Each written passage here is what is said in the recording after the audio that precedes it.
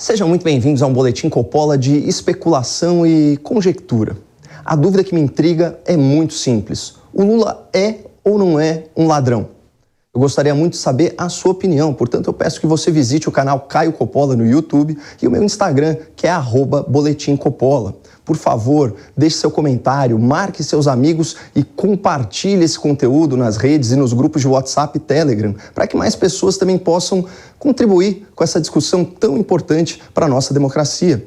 Afinal de contas, em algumas semanas, o Brasil vai às urnas eleger seu próximo presidente da República. E todos concordamos que a última coisa que esse país precisa é ter no comando da nação um líder corrupto. Então, vamos aos fatos. Apesar de já ter sido condenado e preso por corrupção e lavagem de dinheiro, até hoje Lula da Silva alega que é inocente, que nunca cometeu esses crimes.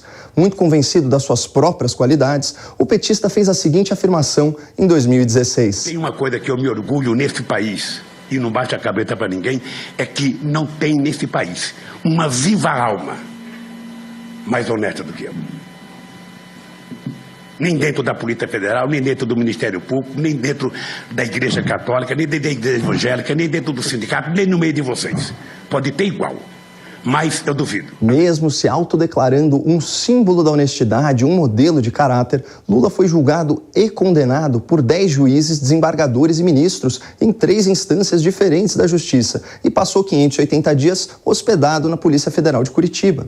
Mas então, em 2019, para a surpresa e espanto de muita gente, o STF, cuja maioria dos integrantes foi indicada pelo PT, decidiu que criminosos poderiam aguardar o andamento dos seus processos em liberdade. Ato contínuo, Lula foi solto. Pouco tempo depois, esse mesmo STF anulou as ações penais contra Lula da Silva por questões processuais. E por ele ser um senhor de idade, com mais de 75 anos, alguns crimes investigados prescreveram. Ou seja, o Estado perdeu o seu direito de punir em razão da passagem do tempo. Mas a gente sabe que nada disso tem o poder de apagar o passado. Daí a pergunta que não quer calar. O Lula é ladrão?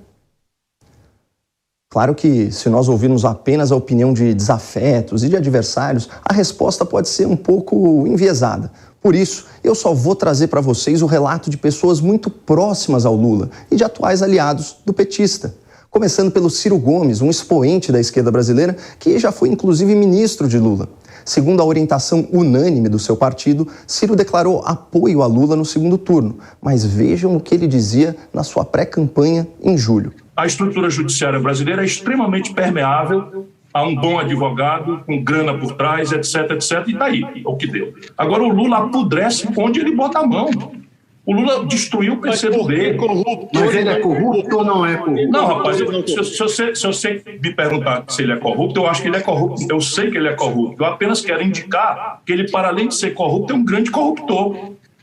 É só isso, uma coisa não contradiz a outra, não. Contraditório mesmo é declarar apoio a um encantador de serpentes que você diz saber que é corrupto e que vai apodrecer o Brasil. Mas enfim, outra ex-presidenciável que anunciou voto em Lula no segundo turno foi a senadora Simone Tebet. O Lula não tem a capacidade de fazer um meia-culpa, né, como grande orquestrador do até então maior escândalo da história da República, que foi o Petrolão.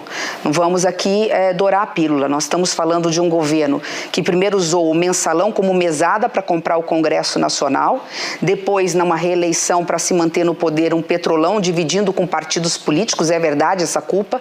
Eu faço esse reconhecimento. O governo do PT não faz, até hoje nega que houve esse escândalo.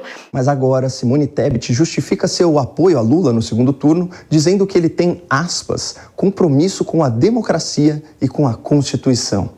É uma mudança da água para a cachaça. Primeiro, ela acusa Lula de comandar um esquema bilionário de corrupção para se perpetuar no poder e denuncia que o PT subornou o Congresso para governar. Mas aí depois ela chama tudo isso de democracia e enaltece o respeito de Lula à lei e à Constituição. Eu estou completamente perdido aqui. Em qual Simone Tebet a gente deve acreditar? A Simone das 11h59 ou a Simone da meia-noite? Ou será que a gente deve mesmo acreditar no testemunho convicto da sua candidata a vice? A senadora Mara Gabrilli, candidata a vice-presidente na chapa com Simone Tebet, acusou Lula de ter pagado 12 milhões de reais para não ser apontado como mentor do assassinato do ex-prefeito de Santo André, Celso Daniel. Segundo a parlamentar, o petista foi chantageado pelo empresário Ronan Maria Pinto, do ramo de transporte público do ABC Paulista. Ronan Maria Pinto, se ele não fosse pago, ele ia entregar o Lula como mentor do assassinato do Celso Daniel. Esse é o teor da chantagem. E o Lula pagou. Como é que alguém que não tem nenhum envolvimento pagaria? Olha, na boa, esse assunto é muito pesado e eu não quero fugir do tema. A discussão aqui é se o Lula é ladrão, não se ele é mentor de um assassinato. Me perdoem a digressão e vamos voltar para a pauta, resgatando a opinião de um outro candidato a vice, o vice do Lula, Geraldo Alckmin, o tucano das penas recém-avermelhadas. Olha, eu acho que o Lula é o PT, né? O Lula é o retrato do PT. Partido envolvido em corrupção, sem compromisso, né, com as questões de natureza ética, sem limites. É muito triste, né, o que nós estamos vendo. Triste seria ter uma pessoa dessas na presidência da República, imagina? Um corrupto sem ética nem limites. Deus nos livre. Mas o que será que o Alckmin pensava sobre os planos políticos do Lula antes de ter sido convidado para o esquema? Depois de ter quebrado o Brasil, Lula diz que quer voltar ao poder. Ou seja, meus amigos, ele quer voltar à cena do crime. Não, peraí. Se o Lula quebrou e saqueou o Brasil, por que o Geraldo iria se juntar a ele agora? Só para chegar ao poder? É tudo muito confuso. Ainda bem que nós temos o Poder Judiciário e a imprensa livre para fiscalizar a atividade política. Recentemente, William Bonner, âncora do Jornal Nacional, afirmou que Lula não deve mais nada à justiça. Já o ministro Gilmar Mendes, do STF, elogiou a defesa de Lula no tribunal e chorou ao prestar uma homenagem ao principal advogado do petista. Mas o engraçado é que essa mesma emissora e esse mesmo magistrado tinham um discurso muito diferente há pouco tempo. O ministro Gilmar Mendes, do Supremo Tribunal Federal, voltou a criticar o Partido dos Trabalhadores. O ministro disse que a Operação Lava Jato interrompeu o que ele chamou de plano perfeito para o PT se eternizar no poder. Gilmar Mendes disse que, do dinheiro desviado da Petrobras, o PT recebeu cerca de 2 bilhões de reais. Segundo o ministro, suficientes para financiar eleições até 2038. Por isso que se defende com tanta força as estatais. Não é por conta de dizer que as estatais pertencem ao povo brasileiro, porque pertencem a eles. Eles tinham se tornado donos da Petrobras. Esse era o método de governança. Infelizmente, para eles, e felizmente para o Brasil, deu errado. Isso revelou, e nós estamos nesse caos por conta desse método de governança corrupta. Nós temos hoje, como método de governança, um modelo cleptocrata.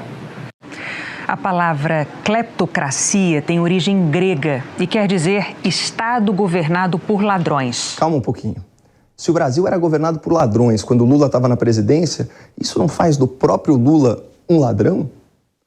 Fica como questão aberta ao debate. Mas saindo um pouco dessas falas comprometedoras dos atuais aliados de Lula na política, na imprensa, nos tribunais, é impossível ignorar o conteúdo incriminador das delações premiadas, especialmente os depoimentos à polícia do ex-ministro petista Antônio Palocci, que era braço direito e amigo do Lula. O presidente Lula também começou só olhando campanha.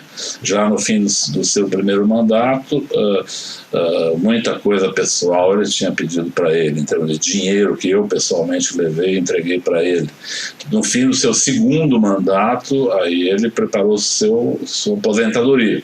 Recebeu 300 milhões da Odebrecht numa conta corrente de disponibilidade, recebeu seu sítio, que foi feito, combinado para seu uso, o apartamento. Segundo Palocci, que foi ministro da Fazenda no primeiro governo Lula e ministro da Casa Civil no primeiro governo Dilma, o PT atuava exatamente como descreveu o ministro Gilmar Mendes ao Jornal Nacional, loteando estatais e órgãos do governo com a finalidade de desviar verbas públicas. Segundo o ex-ministro petista, a corrupção era generalizada, mas havia exceções. Ele mesmo alertou Lula sobre os riscos de corromper o Banco Central. O presidente Lula que roubar ali era um perigo, porque desestabilizava a moeda brasileira, não apenas uma atividade setorial. Ele acabou concordando. Fora isso, todos os órgãos, o Correios, os órgãos do setor elétrico, os bancos estatais, todos foram ocupados mais ou menos nesse modelo de distribuição de cargos para financiar os partidos políticos da base do governo. É um testemunho gravíssimo, especialmente se nós considerarmos que o ministro Palocci era quem comandava a economia brasileira no governo Lula. Mas ainda cabe o benefício da dúvida. Será que Palocci mentiu nos seus depoimentos? Será que toda a imprensa, sem exceção, enganou a sociedade brasileira sobre o mensalão e o petrolão? Será que a Polícia Federal inventou crimes que nunca existiram? Será que os acusados devolveram bilhões e bilhões de reais do seu próprio bolso? Será que a Justiça condenou Lula sem provas em 3 instâncias com 10 juízes diferentes? No dia 30 de outubro, milhões de pessoas votarão em Lula da Silva. Será que estarão votando na viva alma mais honesta do país, um homem inocente e injustiçado? Ou será que estarão levando um corrupto de volta à cena do crime? Eu gostaria de saber a sua opinião nos comentários desse Boletim Coppola no nosso canal no YouTube e nas nossas redes sociais. Afinal de contas, para você, o Lula é ladrão? Não deixe de compartilhar para a gente conhecer o que as pessoas pensam a respeito. Muito obrigado, não percam a esperança no Brasil e fiquem com Deus.